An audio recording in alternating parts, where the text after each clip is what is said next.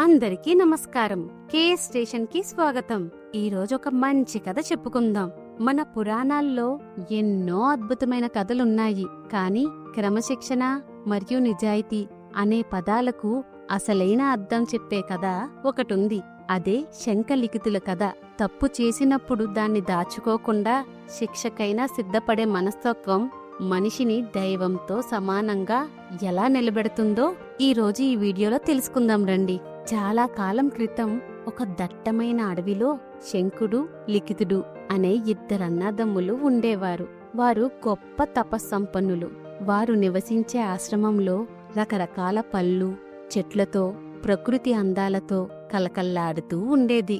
పెద్దవాడైన శంఖుడు ఆ ప్రాంతంలో వారందరికీ మార్గదర్శిగా జ్ఞానాన్ని బోధిస్తూ ఉండేవాడు.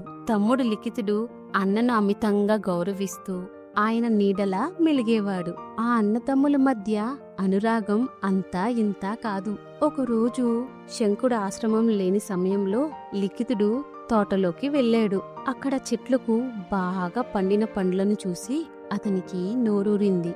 ఆకలి వేయడంతో అన్న అనుమతి తీసుకోకుండానే 2 పండ్లను కోసి ఇంటికి తెచ్చుకున్నాడు.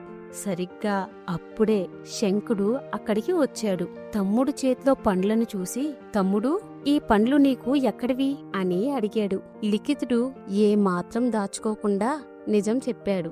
అప్పుడు శంఖుడు గంభీరంగా, తమ్ముడు, యజమాని అనుమతి లేకుండా ఒక్క వస్తువును తీసుకోవడం దొంగతనం అవుతుంది. నువ్వు తెలియక చేసినా ఇది తప్పే అని హెచ్చరించాడు. లిఖితుడు తన తప్పును తెలుసుకొని బాధపడ్డాడు. అన్నా, నన్ను క్షమించు, నా తప్పుకు నువ్వే శిక్ష విధించు అని వేడుకున్నాడు. కాని శంఖుడు శిక్ష విధించే అధికారం రాజుకు మాత్రమే ఉంటుంది. వెంటనే రాజు దగ్గరికి వెళ్లి నీ తప్పు చెప్పుకో అని పంపాడు. రాజు దగ్గరికి వెళ్లిన లిఖితుడు, రాజా, నేను దొంగతనం చేశాను, నన్ను శిక్షించండి అని కోరాడు. లిఖితుని పవిత్రత తెలిసిన రాజు మొదట శిక్ష వెయ్యడానికి నిరాకరించాడు. కాని లిఖితుడు ధర్మం కోసం పట్టుబడడంతో అప్పటి శాస్త్రాల ప్రకారం దొంగతనానికి శిక్షగా లిఖితుని 2 చేతులను నరికించమని రాజు ఆజ్ఞాపించాడు.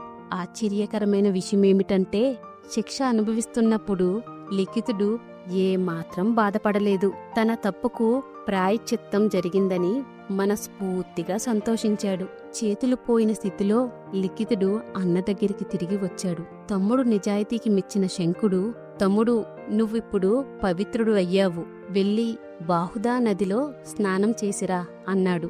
లిఖితుడు ఆ నదిలో మునిగి పైకి రాగానే ఒక అద్భుతం జరిగింది. నరికివేసిన అతని 2 చేతులు మళ్లీ మామూలుగా మొలిచాయి. ఆనందంతో పరిగెత్తుకుంటూ వచ్చిన తమ్ముణ్ణి చూసి శంఖుడు ఇలా అన్నాడు, తమ్ముడు, నీ పుణ్యబుద్ధికి మెచ్చి దేవుడు నీకు చేతులిచ్చాడు. లోకంలో ఎవరి ధర్మాన్ని వారు నిజాయితీగా పాటించడం కంటే మించిన పుణ్యం మరొకటి లేదు. చూశారు కదా, ఈ కథ మనకిచ్చే గొప్ప సందేశం ఏమిటంటే క్రమశిక్షణ పాటించట కంటే మించిన పుణ్యం మరొకటి లేదు. మన చేసిన చిన్న పని అయినా అది ధర్మబద్ధంగా ఉందా లేదా అని ఆలోచించుకోవడమే ఉత్తమ లక్షణం. అదండి కదా. మీకు నచ్చితే దయచేసి లైక్ చేయండి, మీ మిత్రులతో షేర్ చేయండి. ఇంకా మన కేఎస్ స్టేషన్ ని సబ్స్క్రైబ్ అవ్వడం మర్చిపోకండి.